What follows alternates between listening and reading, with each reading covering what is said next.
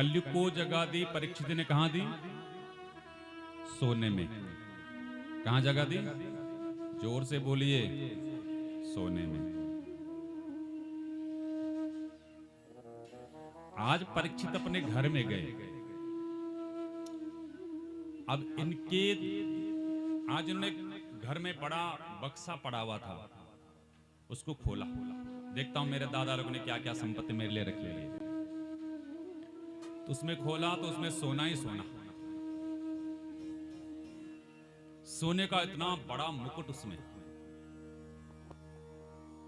परीक्षित ने कहा वाह, दादा लोगों ने तो बहुत संपत्ति रखी हुई है। आज उठाया वो मुकुट, देखता हूं कितना कैसा लगता है मेरे पे। उठाया और मुकुट और स्वयं पहन लिया, जो उस बक्से में पड़ा था, बड़ा मुकुट वो पहन लिया। अभी मुकुट किसका था? ये मुकुट था जब जरासंध राजा को भीम ने मारा था, तो जरासंध को मार करके वो मुकुट छीन कर उसका लाया भीम ने, और मुकुट अपने पास वहां रख दिया। तो सोना किसका हुआ? अरे किसी का हुआ ना, अत्याचार का हुआ ना, पाप का था। किसी राजा को मार करके उसका मुकुट छीन लिया, उसका सोना छीन लिया। और आज वही मुकुट परीक्षित ने पहन लिया।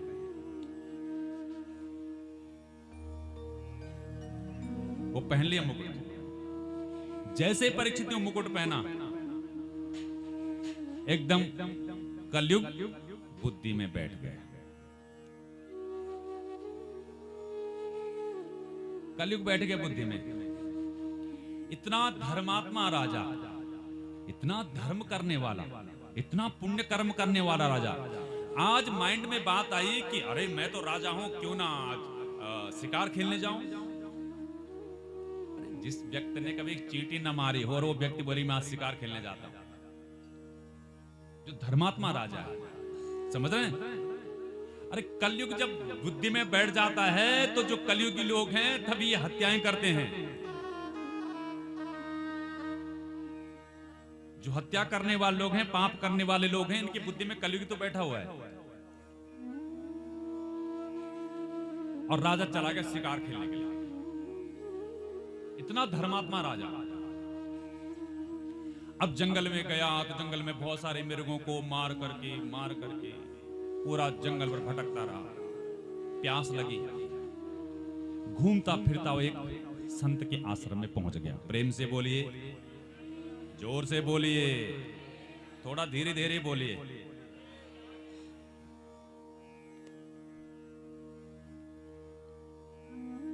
एक संत के आश्रम में पहुंच गया कि पानी पीऊंगा, प्यास लगी। अब आश्रम में पहुंचे तो जो संत वहां पर हैं वो समाधिस्थ हैं, ध्यान में बैठे हुए, ध्यान में बैठे हुए। अच्छा, राजा ने देखा जो संत जो ध्यान में बैठे हुए ना, तो बोले देखो ये देखो ढोंगियों के हाल, ये देखो ढोंगियों के हाल है, आंख बंद करके बैठा हुआ है। इस संत को, इस साधु को इतना पता नहीं कि राजा आया हुआ है तुम्हारे आश्रम में, कुछ जलपान करवाऊं, पानी पिलाऊं, क्या ढोंग करते हैं ये भी।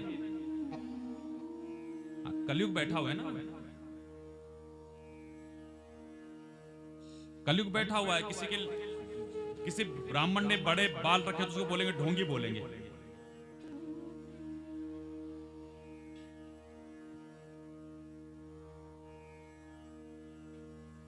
तो राजा ने कहा देखो ये आंख बंद करके बैठा हुआ है।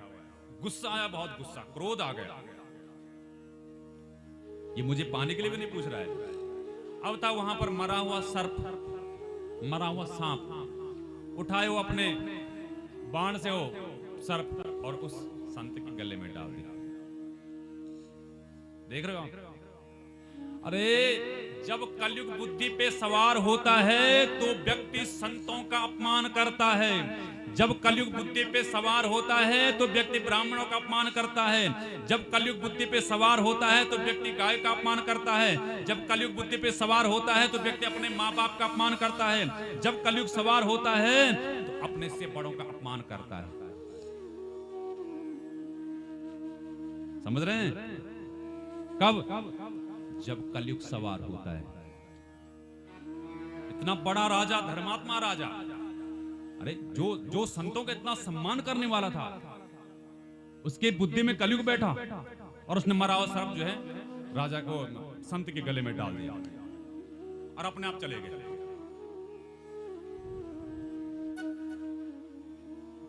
ये आश्रम था समीक मुनि का आश्रम।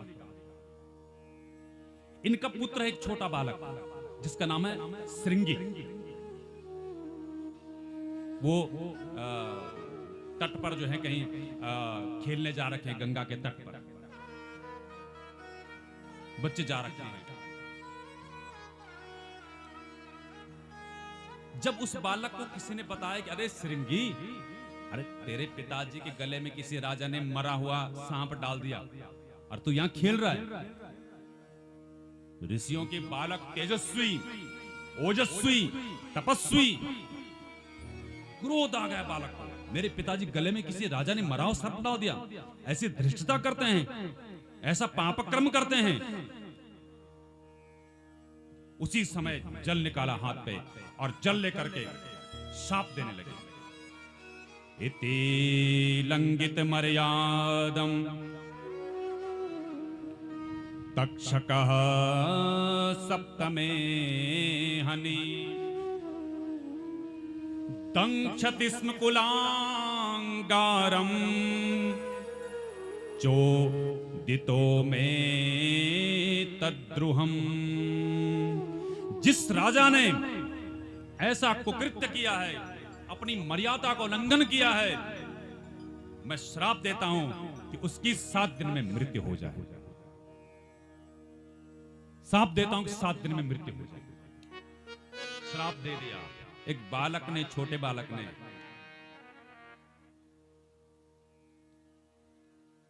आज से 7 दिन तक्षक सर्प आएगा और वो राजा मर जाएगा।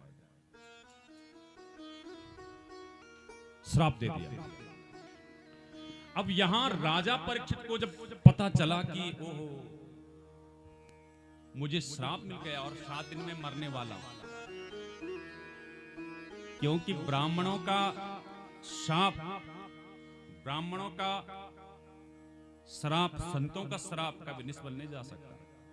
हाँ, ब्राह्मण तपस्वी होना चाहिए, संत तपस्वी होना चाहिए। तपस्वियों का श्राप कभी निष्फल नहीं जाता है। वो आशीर्वाद दे दे किसी को, वो भी फलीभूत होता है, और किसी को श्राप भी देते वो भी फलीभूत होता है। पर होना चाहिए तपस्वी, तपस्वी ब्राह्मण होना चाहिए या तपस्वी संत होना चाहिए, खाली दिखावा वाला नहीं। अब परीक्षित को पता लगा 7 दिन में मरने वाला हूं। भाई मरना तो सबने है। परीक्षित को पता लग गया मैं मरने वाला हूं, छोड़ दिया सब कुछ, सब कुछ छोड़ दिया। राजश्री वस्त्र उतार दिए, राजपाट छोड़ दिया, मुकुट उतार के रख दिया। उनका बेटा था जन्म में जिसको राजा बनाया, उसको राजा बनाया और अपने आप एक पीला चोला पहन लिया और चल दी। 7 दिन में मरने वाला हूं भाई, मृत्यु को सुधारना है। लोग 80-80, 90-90 साल के लोग फिर भी मृत्यु को सुधारते नहीं है। फिर भी नहीं कि मुझे मरना है। अरे 90 साल के हो गए, कुछ तो भजन कर लो।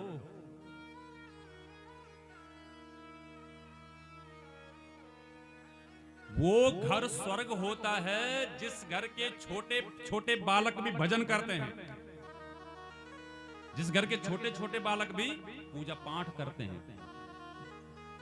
और उस घर की तो दयनीय स्थिति है कि बूढ़े बूढ़े हो गए, बाल सफेद हो गए, दांत निकल गए, पता नहीं कब मरने वाले हैं, लेकिन फिर भी भगवान का भजन नहीं करते हैं, फिर भी भजन नहीं करते हैं।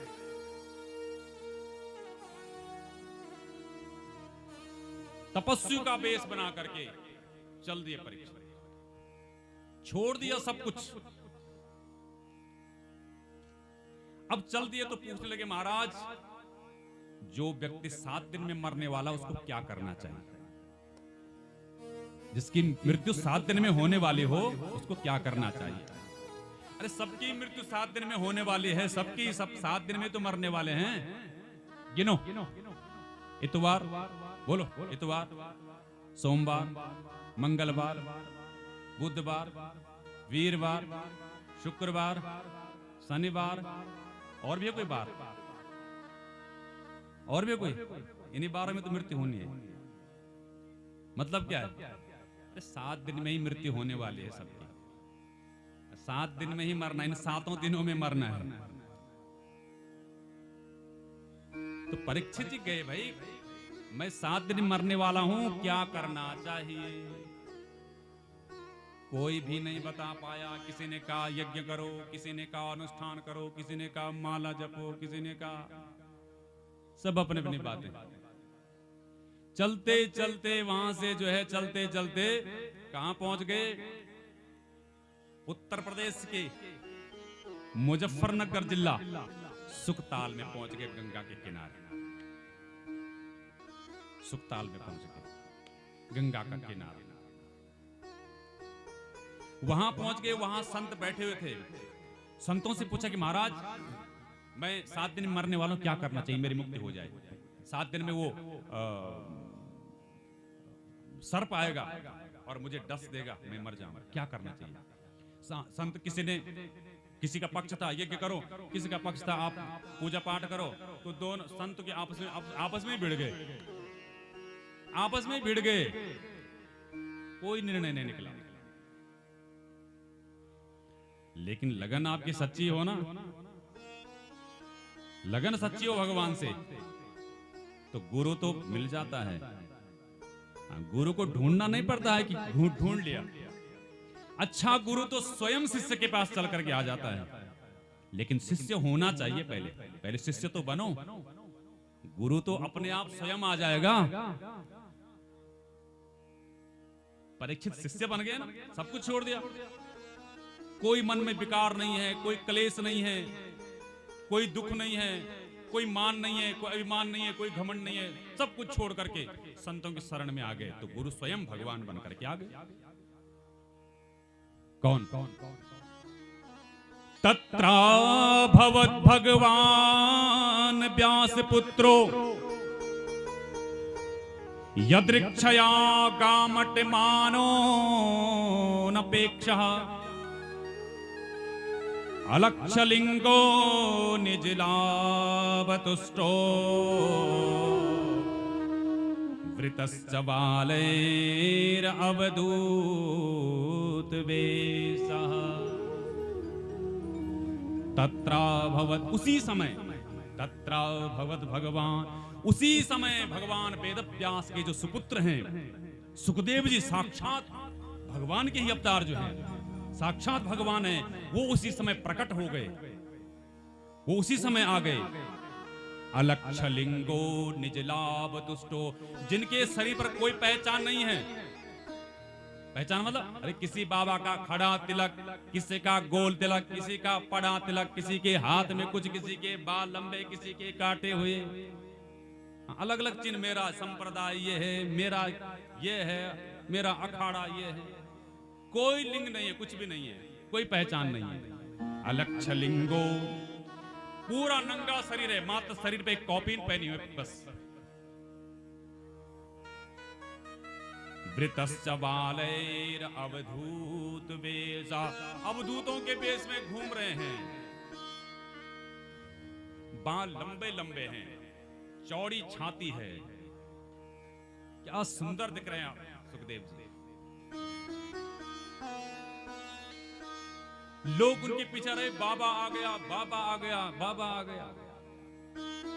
जब वहां पर जो है सुखदेव जी प्रकट हुए, सुखदेव जी आए, तो जितने भी संत थे वहां पे सबके चेहरे फीके पड़ गए उनके सामने। उनका तेज ऐसा निखर रहा, फीके पड़ गए सब संतों ने उनको प्रणाम किया। महाराज प्रणाम, प्रणाम किया सबने। बड़े बड़े बूढ़े बूढ़े संत, अरे तेजस्वी ओजस्वी कोई संत हो तो अपने आप जो है आदमी जो है 4 फुट दूर से पहले प्रणाम करता है कि महाराज प्रणाम।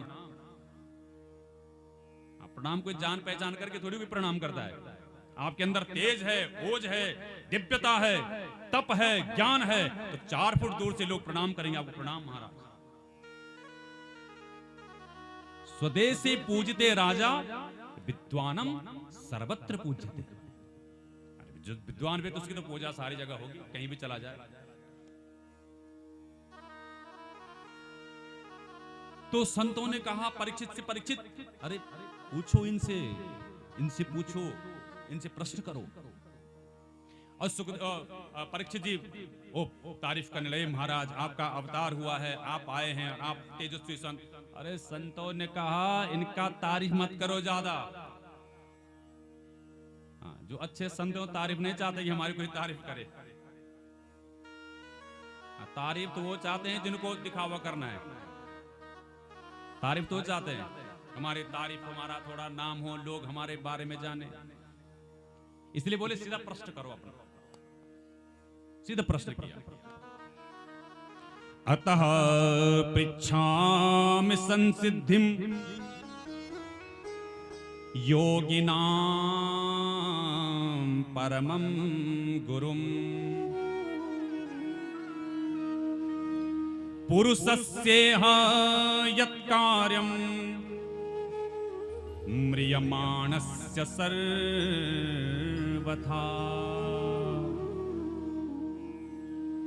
हे प्रभु, महाराज आपसे मेरा प्रश्न है कि जो व्यक्ति सर्वथा 7 दिन में जिसकी मृत्यु होने वाली है उसको क्या करना चाहिए। वो 2 ही प्रश्न किए परीक्षित जी ने। जीते जी व्यक्ति को क्या करना चाहिए और जिसकी मृत्यु 7 दिन में होने वाली है उसको क्या करना चाहिए।